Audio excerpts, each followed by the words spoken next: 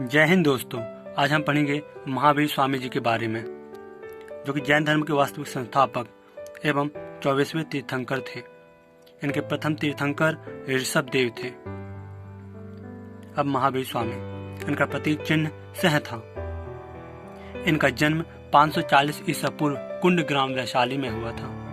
इनकी मृत्यु 468 ईसा पूर्व पावागढ़ राजगृह बिहार में 72 वर्ष की आयु में हुई थी और मल्ल राजा सस्तीपाल के राजप्रसाद में इन्हें निर्वाण प्राप्ति हुई थी।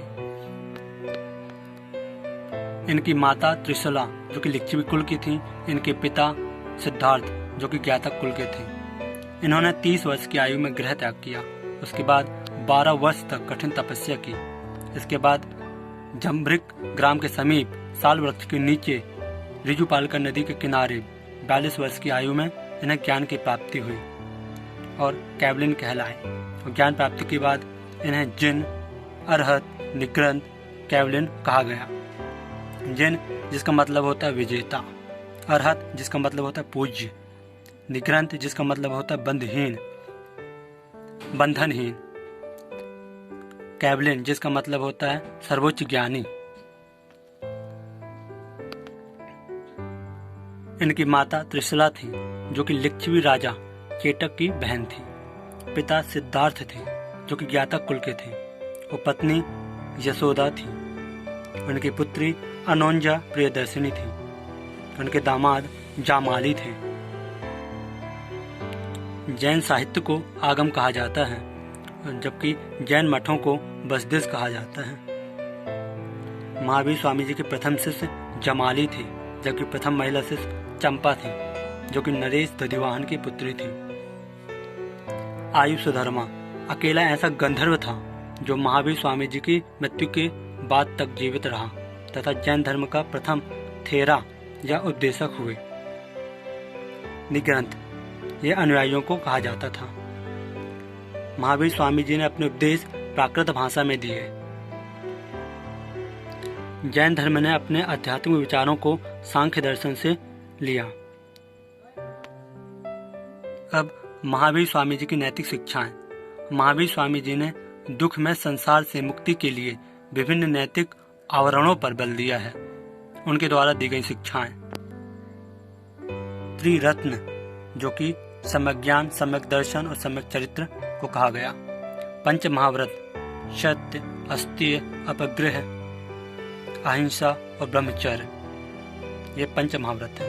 और सिद्धांत कर्मवाद, शादवाद, अनिश्वरवाद, आत्मवाद और अनेकांतवाद है। अब त्रिरत्न, इसका मुख्य उद्देश्य मोक्ष प्राप्ति है। सम्यक ज्ञान मतलब सत्य असत्य में भेद व ज्ञान हेतु सम्यक ज्ञान दिया गया। सम्यक दर्शन जैन तीर्थंकरों की शिक्षा में विश्वास ही सम्यक दर्शन है। सम्यक चरित्र इंद्रियों पर पूर्ण नियंत्रण होना सम्यक चरित्र है। अब पंच महाव्रत नैतिक जीवन बिताने हेतु इन्होंने पंच महाव्रत बताए। सत्य मतलब मन वचन कर्म से असत्य का त्याग। अहिंसा मतलब मन वचन कर्म से किसी को भी कष्ट न देना, अहिंसा कहलाता है। अस्तेय चोरी न करना। अपरिग्रह अतिरिक्त धन संचय की मनाही। ब्रह्मचर्य इंद्रियों पर पूर्ण नियंत्रण होना। पार्श्वनाथ जी द्वारा 4 महाव्रत सत्य, अहिंसा, अपरिग्रह तथा अस्तेय दिया गया, जबकि 5वां महाव्रत ब्रह्मचर्य महावीर जी द्वारा दिया गया है। अब सिद्धांत कर्मवाद, कर्म ही सृजन व पुनर्जन्म का आधार है। अनिश्वरवाद ईश्वर की उपस्थिति को नकारना अनिश्वरवाद कहलाता है।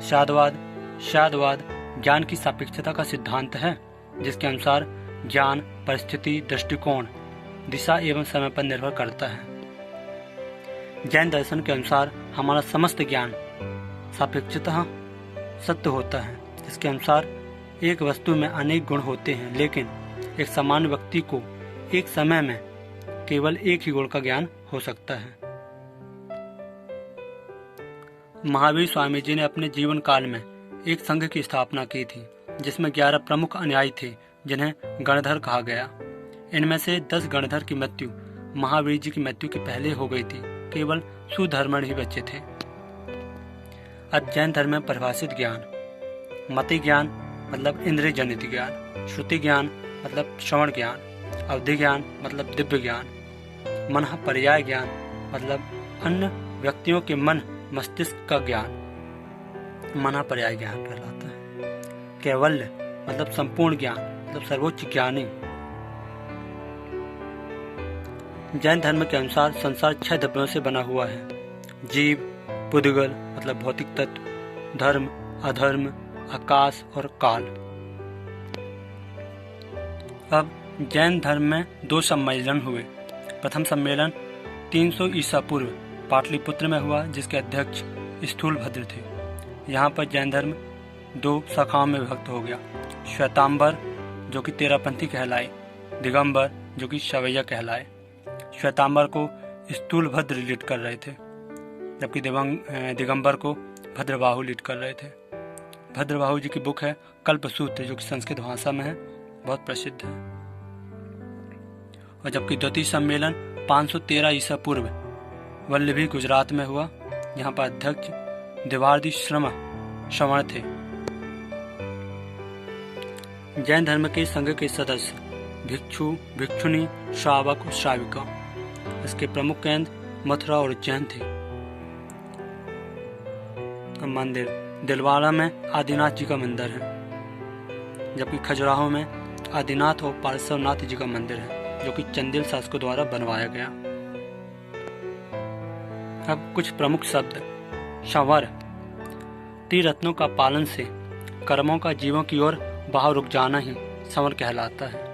निर्जरा उस स्थिति को कहते हैं जब जीव में पहले से किए गए कर्म का प्रभाव समाप्त होने लगता है, निर्जरा कहलाता है। आस्त्रव कर्म का जीवन की ओर प्रवाह, आस्त्रव कहलाता है। बंधन कर्म का जीव के साथ संयुक्त हो जाना। संलेखना विधि मतलब उपवास द्वारा शरीर त्याग देना ही संलेखना विधि कहलाती है।